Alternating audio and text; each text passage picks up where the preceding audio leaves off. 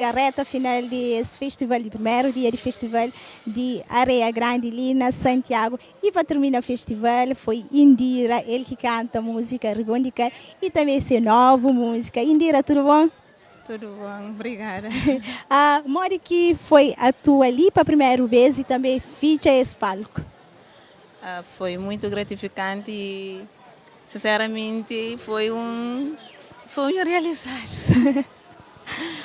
Você imaginava, Opa, licença. espera com o seu microfone para poder ouvir no melhor. Se Indira, você imaginava a música Rebondica dava tudo aquele sucesso ali, então foi uma grandes palcos, você imaginava aquela? Bom, sempre estou trabalhando com grandes imaginações e grande expectativa, mas de facto o Rwanda, sinceramente, supera a minha expectativa. Graças a Deus. Ainda bem. E Licença, como tem sido o feedback de pessoas em relação a aquelas músicas ali? Me interessaram e teu feedbacks positivos, mas boa que dono de música, você sabe mais que tudo ali, então tá deixando o público lá de casa saber. E por acaso o feedback foi tchau e a maioria mesmo foi positivo, espetacular. Crítica sempre tem e para ajudar a construir. Claro. Indira, sem fazer a última pergunta para não poder ficha, né, nossa conversa.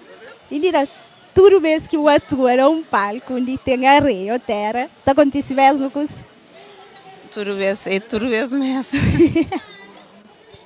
Ai, meninos gosta de sair É que é magia de Rwanda Caltera, bufa, né? Que é aquele segredo. Indira, deixa uma palavrinha para a pessoa lá de casa, por favor. A pessoa lá de casa te agradece nós tudo por dar uma oportunidade de estar ali para morar o povo que tem ali, né, em primeiro lugar. E ainda deixa uma mensagem para nós também, para nós que desistir de nosso sonho nunca. Nós sempre seguimos nosso sonho com fé, mas nós só conseguimos luta para nós poder vencer.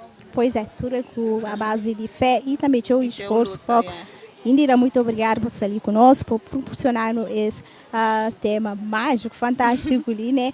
E nos desejo o teu sucesso, principalmente naquela nova música, para ter um teu sucesso e Muito obrigada então, mesmo. Obrigada. Nada. Obrigada.